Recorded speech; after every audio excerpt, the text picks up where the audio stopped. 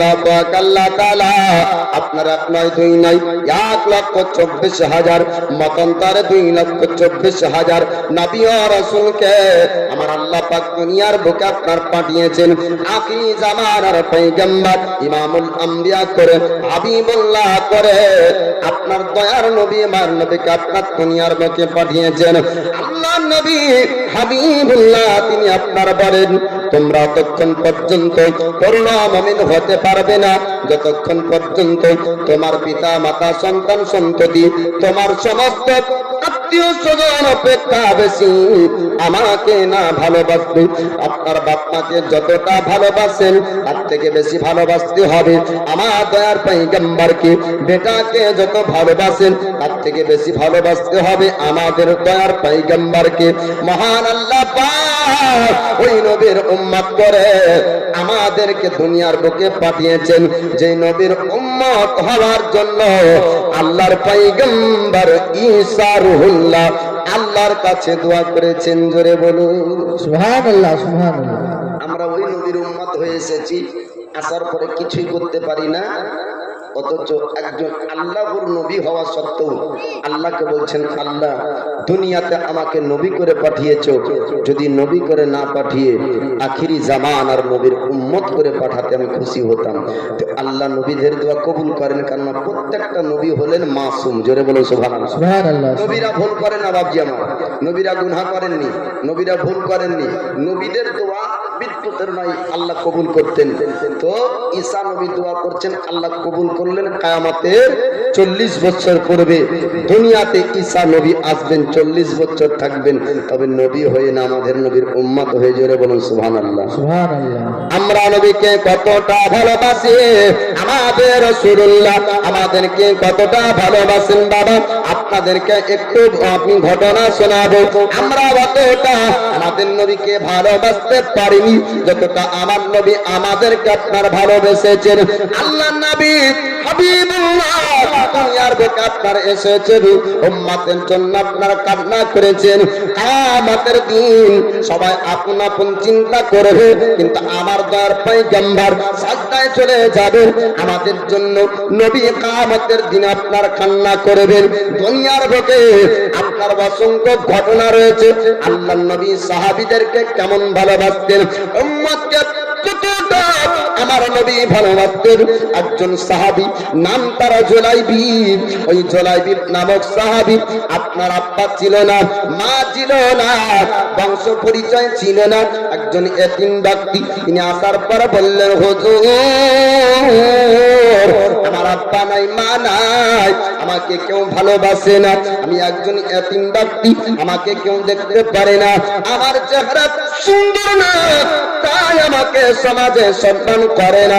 আল্লাহর নবী হাবিবুল্লাহ জানিয়ে দেন ওগো জুলাইবি চিন্তা করো না, টেনশন করো না, যদি তোমাকে কেউ ভালো না বাসে তোমাকে ভালোবাসবে মুহাম্মাদুর রাসূলুল্লাহ। সুবহানাল্লাহ সুবহানাল্লাহ। বেশক কেউ আপনার ভালোবাসে না, কেউ সম্মান আপনার করে না, অর্থ আপনার নাই, টাকা পয়সা নাই। আজকে বর্তমান সমাজে যদি আপনি লক্ষ্য করে দেখুন, যদি একজন সৎ মানুষ হয়, পয়সা যদি কম থাকে, গরিব ব্যক্তি যদি আপনার হয়, সমাজের মুরব্বি তাকে দিবে না, সমাজের মাতব্বর তাকে করবে না, সমাজের আপনার দায়িত্ব পাবে না।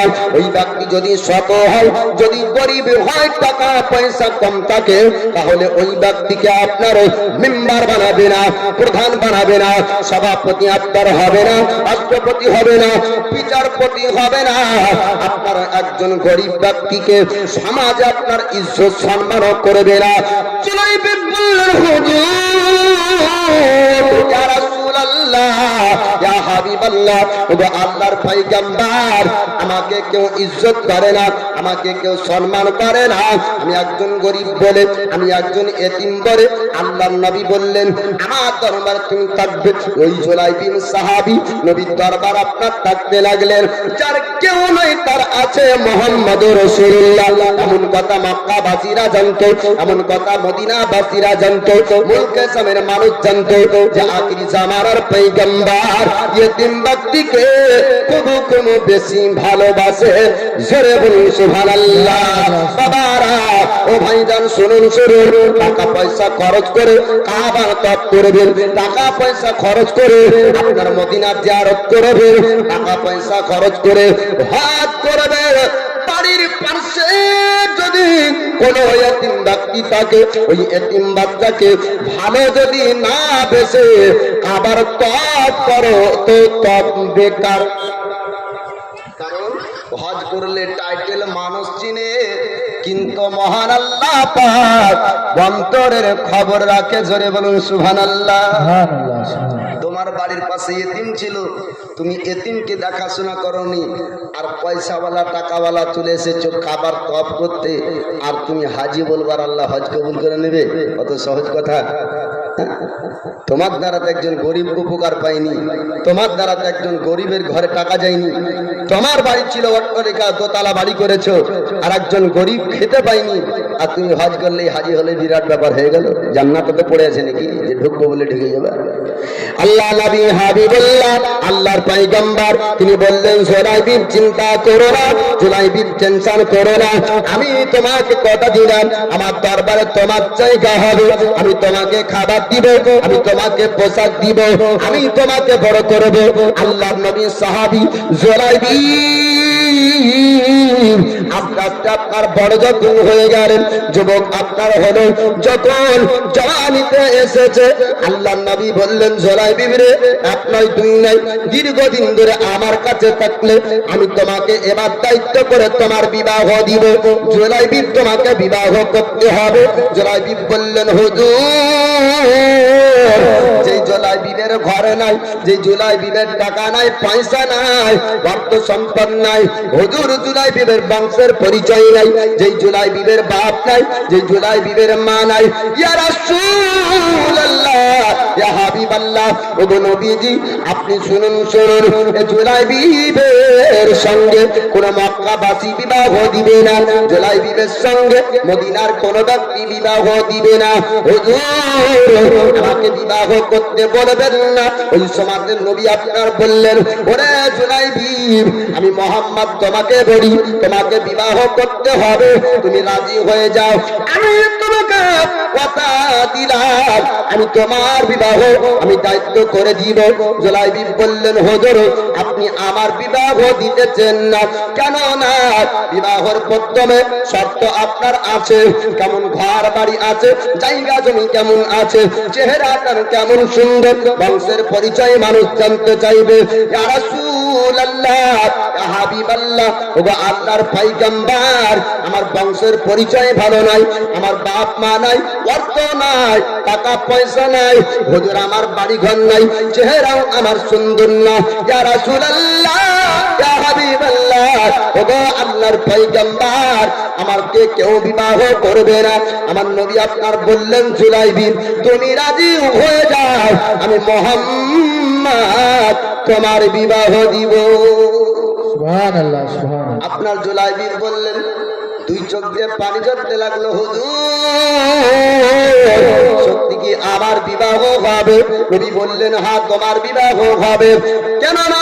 মহান আল্লাহ পাক আল্লাহ তাআলা আমার দয়ার পয়গম্বর, দয়ার নবীকে ইলমে গায়ব আতা করেছেন।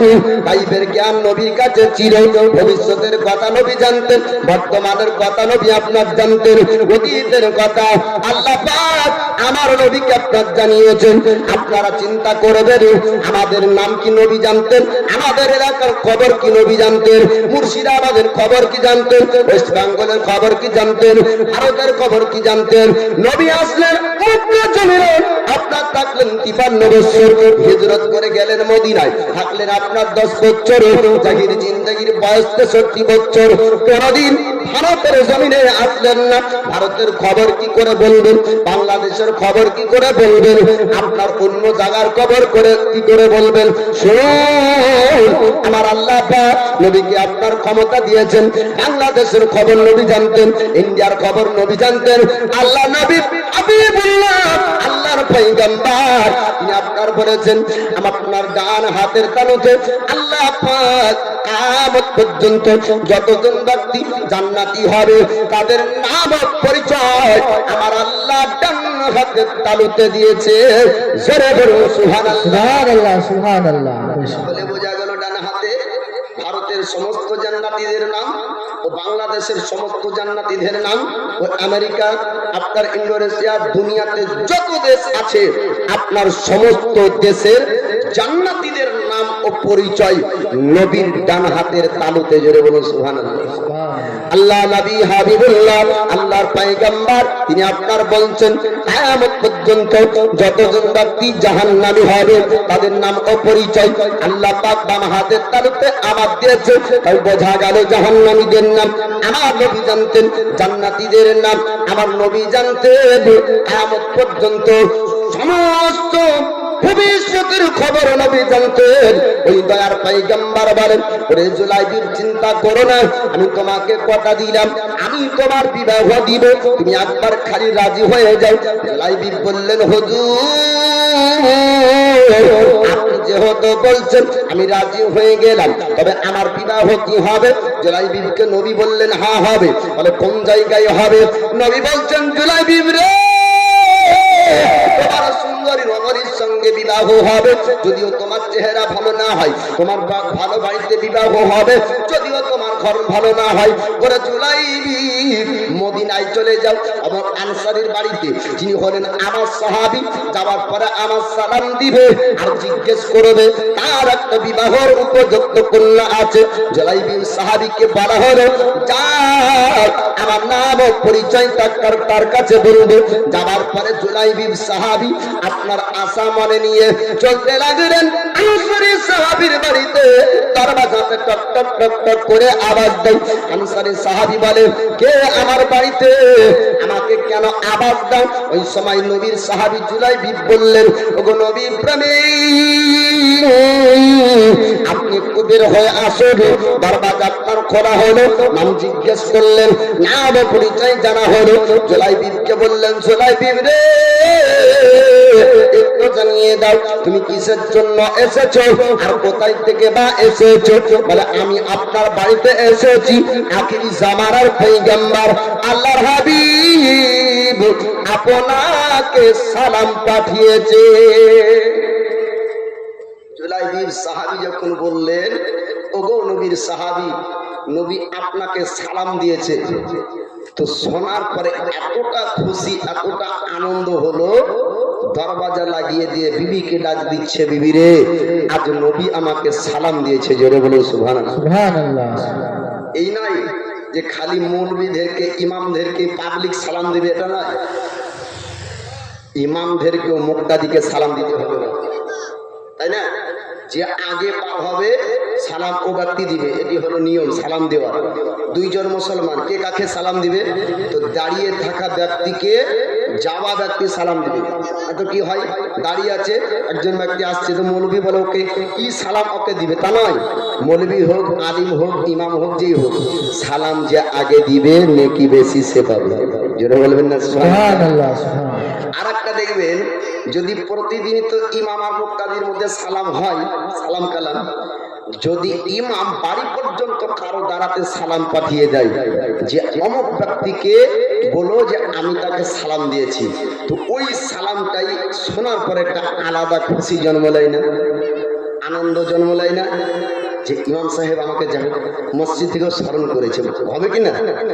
মুরিদ পীরকে সালাম দেয়, কিন্তু পীর যদি মুরিদের বাড়ি কারোর মাধ্যমে সালাম পাঠায় তো মুরিদের আপনার বুক ভরে যাবে শোনার পরে, যা আমার পীর ও মুর্শিদ হুজুর আমাকে সালাম দিয়েছে স্মরণ করেছে। তো আনসারী সাহাবী শোনার পরে খুশি তার কহারা, নবী আমাকে সালাম দিয়েছে, এত আনন্দ বিবির কাছে কথাগুলা খুলে খুলে বলে দরজা লাগিয়ে দেয়। আল্লাহ নবী হাবিবুল্লাহর সাহাবী জুলাইবি যখন দেখলেন দরজা লাগিয়ে দিল আনসারী সাহাবী চোখে পানি ঝরতে লাগলো। আনসারী সাহাবীকে আবার দরজাতে আওয়াজ দিয়ে ডাক দেয়, আর এইদিকে আনসারী সাহাবী যাবার পরে বলছে বিবি রে আজকে বড় আনন্দের খবর আজকে তোমাকে শোনাবো। বলে কি আনন্দের খবর বলুন বলুন। বলে আজকে দয়ার পয়গম্বর ইমামুল আম্বিয়া আমাদের দয়ার নবী আমার বাড়ি পর্যন্ত সালাম দিয়ে পাঠিয়েছে। বিবিও শোনার পর আনন্দ পেল, স্বামীও দুজনে আনন্দ আপনার পেল। দরবাজাতে আবার আবার যখন শুনতে পাই আনসারী সাহাবী আপনার দরবাজা খুললেন, তারপরে বললেন জুলাইবি তোমার কি কথা এখনো শেষ হলো না? জুলাইবি বলছেন না না আমার কিছু কথা এখনো বাকি আছে, আপনার কাছে আমি বলতে চাই।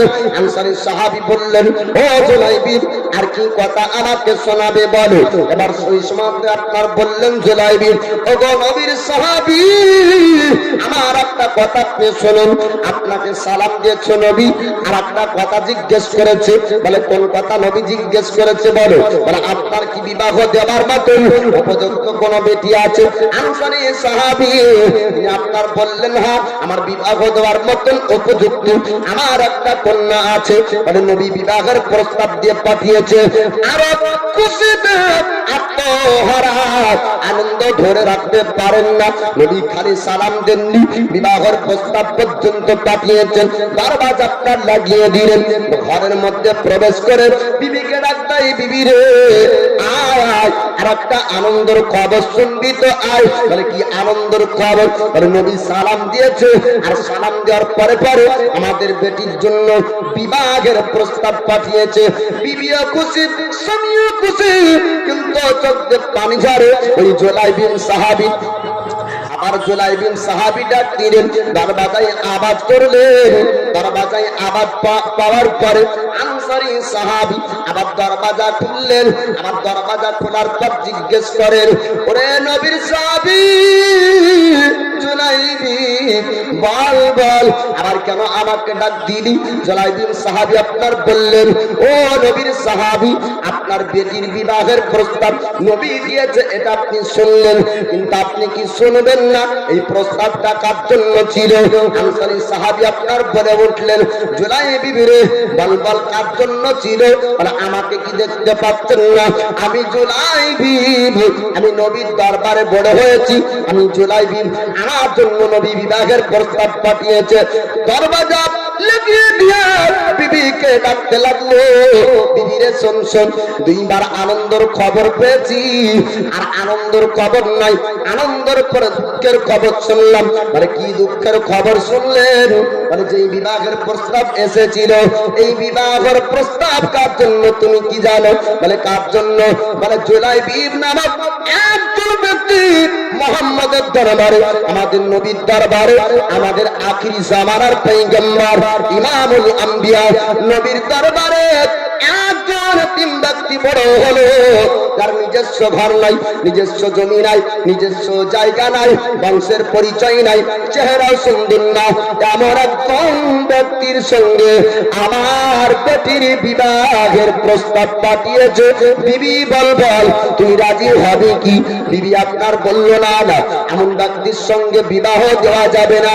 প্রত্যেকটা বাপ মা চাইবে তার বেটি যেন আপনার সুন্দর ছেলের সঙ্গে তার বেটির বিবাহ হয়, সুন্দর ঘরে যেন আপনার যাই, জমি জায়গা যেন থাকে, অর্থ সম্পদ যেন থাকে, শিক্ষা দীক্ষা যেন থাকে, টোটাল দিক দিয়ে বাপ মা চাইবে তার বেটি যেন ভালো ঘরে যায়।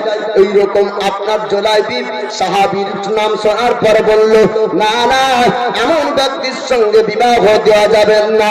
কিন্তু ওই ব্যক্তি জানতো না আমার রাসূলুল্লাহ আপনার অর্থ সম্পদ দেখে না আপনার কালবের ভিতর দেখে ভালোর আপনার বিচার করেছেন। বলুন সুবহানাল্লাহ সুবহানাল্লাহ সুবহানাল্লাহ। আর বাপ মা বিচার করবে অর্থ সম্পদ দেখে যে এটা ভালো হবে এটা খারাপ হবে, আর নবী বিচার করেছেন কি কালব দেখে, অন্তর দেখে, সততা দেখে, ব্যবহার দেখে। জোরে বলুন সুবহানাল্লাহ সুবহানাল্লাহ।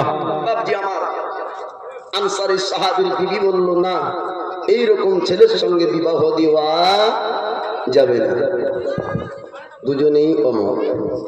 শোনার পরে জুলাইবি সাহাবীর দুই চোখ দিয়ে পানি ঝরতে লাগলো, ছুটতে লাগলো নবী পাকের দরবারে। আল্লাহ নবী হাবিবুল্লাহ দরবার আপনার জনাইবিন সাহাবী আপনার চলতে লাগে, পিছনে আপনার একটা ঘটনা ঘটলো কি যে সে জকিরিবান আমার নবী দো জাহান পাপর প্রদান গফুরের নবী মুস্তাফা কন্ডারিয়ে পার পারে নবী মুস্তাফা আরাবারি নাই নাই মিশরে ইরাক ইরান নাই নাই ভারতে সারা আসমান জমিনে নবী মুস্তাফা মোহাম্মতে বলুন সুবহানাল্লাহ। আপনারা ভাবছেন যে কি মৌলবীরা সুবহানাল্লাহ যেখানে লাগে ওরা চাই হেলাই, মসজিদ মাদ্রাসার উন্নতি কল্পে জালসা হলে কি করে মৌলবীরা টাকা চাই হেলাই, তাই না? তো ভাবছি কি সুবহানাল্লাহ মৌলবীরা মনে হয় চাই হেলাই আর এগুলো পকেটে নিয়ে যাবে, বলে না। সুবহানাল্লাহ আলহামদুলিল্লাহ আল্লাহু আকবার বলবেন তো আপনার আমলে নেকি হবে, তাই না? কুল আলামের তারে তুমি আনিল আমনি পাইগম গুচুল যে বানিতে সারা মখলুকাতেরি রংজোগম यकी कालिमा सारा दुनियाय यकी कालिमा सारा दुनियाय एक दिल बात सर गए नबी मुस्तफा कंडारिंगे पार पर नबी मुस्तफा आराबरी नई नई मिसरे इराक इरान नई नई भारते आराबरी नई नई मिसरे इराक इरान नई नई भारते सारा आसमान जमीन नबी मुस्तफा कंडारिंगे पार पर नबी मुस्तफा अल्लाहुम्मा सल्ली अला सय्यिदना मौलाना मुहम्मद वला आलि सय्यिदना मौलाना मुहम्मद सल्ली अला मुहम्मदिन सल्ली अला मुहम्मद हरदम ज़बान से निकालो पाक नाम मुहम्मद हरदम ज़बान से निकालो शफीआना मुहम्मद सल्लल्लाहु ताला अलैहि वसल्लम। अल्हम्दुलिल्लाह যাবতীয় তারিফ ও প্রশংসা সে মহান আল্লাহ, যে মহান আল্লাহ পাক সমস্ত মাখলুকাতকে সৃষ্টি করে মানব জাতিকে আশরাফুল মাখলুকাত করে সৃষ্টি করেছেন। উত্তম আকৃতি মহান আল্লাহ পাক মানব জাতিকে দিয়েছেন। সে মহান আল্লাহর শুকরিয়া আদায় করি, সকলে পড়ুন আলহামদুলিল্লাহ। আলহামদুলিল্লাহ। তিনার পরে পরে অগণিত দরুদ ও সালামের সন্তির ধারা বর্ষিত হোক, অর্পিত হোক, নাদিল হোক, অবতীর্ণ হোক দয়ার নবী মায়ার নবীর ওপরে, সকলে পড়ুন আল্লাহুম্মা আমিন। আল্লাহুম্মা আমিন। কোরআনে পাক থেকে আয়াত তেলাওয়াত করেছি। মহান আল্লাহ পাক তিনি বলেন, ইয়া আইয়ুহাল্লাযীনা আমানুত্তাকুল্লাহা ওয়া কুনু মা'আস সাদিকিন, হে ঈমানদার বিশ্বাসীগণ, আল্লাহকে ভয় করো এবং সত্যবাদীর সঙ্গ লাভ করো। খোদাই খৌফ, আল্লাহর ভয় অন্তরের মধ্যে রাখতে হবে, আর তার সঙ্গে সঙ্গে যারা আল্লাহওয়ালা তাদের সঙ্গে মহব্বত রাখতে হবে। বাপজি আমার, আপনাদের কাছে আজকে এসেছি মেহমান স্বরূপ, তাই না? জি জি আমাকে মেহমান হিসাবে ডেকেছেন, মেহমান হিসাবে এসেছি। আপনাদের দায়িত্ব হলো মেহমান নাবাজি করা, মেহমানের খাতির করা। আলোচনার মঞ্চ, এই আলোচনার মঞ্চে আলোচনা করার জন্য এসেছি। আর জান্নাতের বাগানে আপনারা, জান্নাতে বাগানে নবী প্রেমিক ব্যক্তি আপনারাও আলোচনা শোনার জন্য বসেছেন, তাই না? তাহলে আলোচনা আমি কিছু করব আর আপনারা কিছু শুনবেন। শোনানো আর শোনা দুটো উদ্দেশ্য যদি এক হয় তাহলে ভালো হবে, আর যদি দুই রকম হয়তো খারাপই হবে। এক কিরকম, আমি বলছি আপনাদেরকে কিছু পরিবর্তন করানোর উদ্দেশ্যে, বোঝানোর উদ্দেশ্যে আমি বলছি, আর আপনাদের উদ্দেশ্য হবে বুঝার জন্য বসছি। সমাজকার সমাজনা ভি এক সমঝোতা হয়, বুঝে বোঝাটাও হলো একটা বুদ্ধি, বুঝতে পারলেন? যে শুনতে পায় না ওর কাছে ঘন্টা বাজালে কি আর তবলা বাজালে কি, তো শুনতেই পাই না। তো শোনার জন্য কান লাগবে, তাই না? বহরার কানে চিল্লানো বেকার। তো বুঝার জন্য বুদ্ধি লাগবে। যার বুদ্ধি থাকে সেই বুঝে, আর যার বুদ্ধি নাই সে বুঝে না।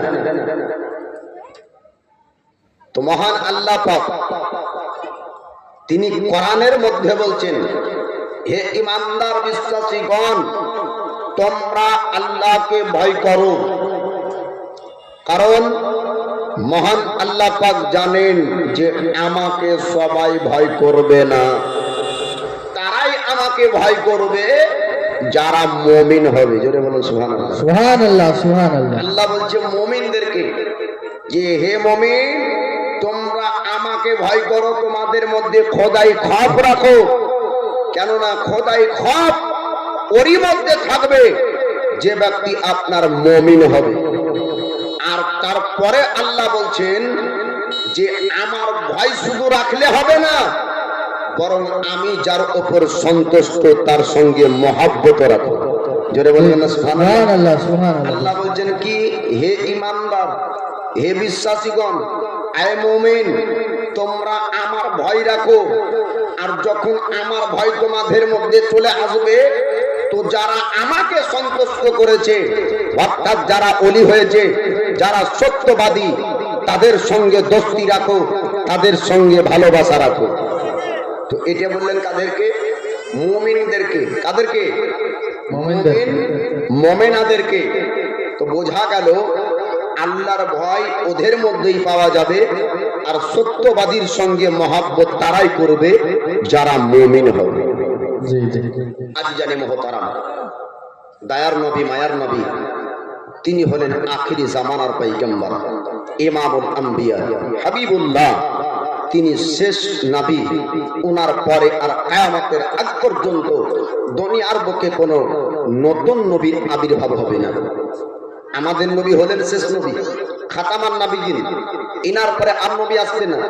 কিয়ামতের সকাল পর্যন্ত নবী আসা সিলসিলা বন্ধ হয়ে গিয়েছে। নবীর ওয়ারিস দাঁড়াতে কিয়ামত পর্যন্ত আপনার চলবে। তো দয়ার নবী, মায়ার নবী, তিনি ইমামুল আম্বিয়া, আখিরি জামানার পয়গম্বর। ওই নবীর উম্মত করে মহান আল্লাহ পাক এই দুনিয়ার বুকে আমাদেরকে পাঠিয়েছেন। তাই আল্লাহর শুকরিয়া আদায় করি, বলুন আলহামদুলিল্লাহ। আলহামদুলিল্লাহ। যে আমাদেরকে আল্লাহ ওই নবীর উম্মত করে পাঠিয়েছেন, যে নবী কিয়ামতের দিন, দয়ার নবী, মায়ার নবী, আমাদের জন্য সাজদায় চলে যাবেন এবং গুনহেগার উম্মতিকে সুপারিশ করে, শাফাআত করে জান্নাতে নিয়ে যাবেন। জি। আল্লাহর নবী বলেন, আনাসিন আন্না নবিয়্যা সাল্লাল্লাহু তাআলা আলাইহি ওয়াসাল্লাম ক্বালা শাফাআতি লি আহলিল কাবাইর মিন উম্মতি। নবী পাক সাহেবে আওলাদ তিনি বলেন, আমার শাফাআতের বা দৌলতে আমার গুনহে কাবিরাকারী উম্মতি পর্যন্ত জান্নাতি। তো নবীর সুপারিশ, নবীর শাফাআত যদি নসিবে হয়ে যায়, ও ব্যক্তি আপনার জান্নাত পেয়ে যাবে। তো দয়ার নবী, মায়ার নবী, ইশক, মোহাব্বত, নবীর প্রতি প্রেম ভালোবাসা আমাদেরকে মজবুত ভাবে রাখতে হবে। কিভাবে? মজবুত হবে। কেননা দুনিয়ার অর্থের হেফাজত করা সহজ, ইমানের হেফাজত করা বর্তমানে কঠিন। কারণ ইমান চুরি করা চোর বেড়েছে, আর অর্থ চুরি করা চোর কমেছে, ঠিক না? এখন দেখবেন আগে কাঁসার বদনা যদি রাখা যেত বাইরে, তো বাইরে কাঁসার বদনা রাখলে ঘুমার আসতো না। আগে 2000 টাকার সাইকেল বাইরে রাখলে ঘুম আসতো না, চোর সুযোগ পেলে চুরি করত। এখন 2.5 লক্ষ টাকার মোটর সাইকেল বাইরে পড়ে থাকলে সকাল 8টার সময়তে চালাবে। ঠিক বলছি না ভুল বলছি? 2.5 লক্ষ টাকার মোটর সাইকেল বাইরে কয় যে যুবক, ও যুবকের সকাল হয় 8টার সময়। আর 2000 টাকার সাইকেল বাইরে রাখা গেলে ঘুম আসতো না চিন্তায়। বোঝা গেল অর্থ চুরি করা চোর কমেছে, ইমান চুরি করা চোর বেড়েছে। কারণ আগে মহল্লা খুঁজলে মুফতি পাওয়া যেত না, এখন চায়ের দোকান খুঁজলে মুফতি পাওয়া যায়। জি জি জবার চুমুক মারে তো আবার ফতোয়া দেয় পাবলিক মানুষে, যাই না যাই না। ওরে বাবারে 2.5 দিনের নামাজ পড়লে তো জ্বালাই টিকা মুশকিল।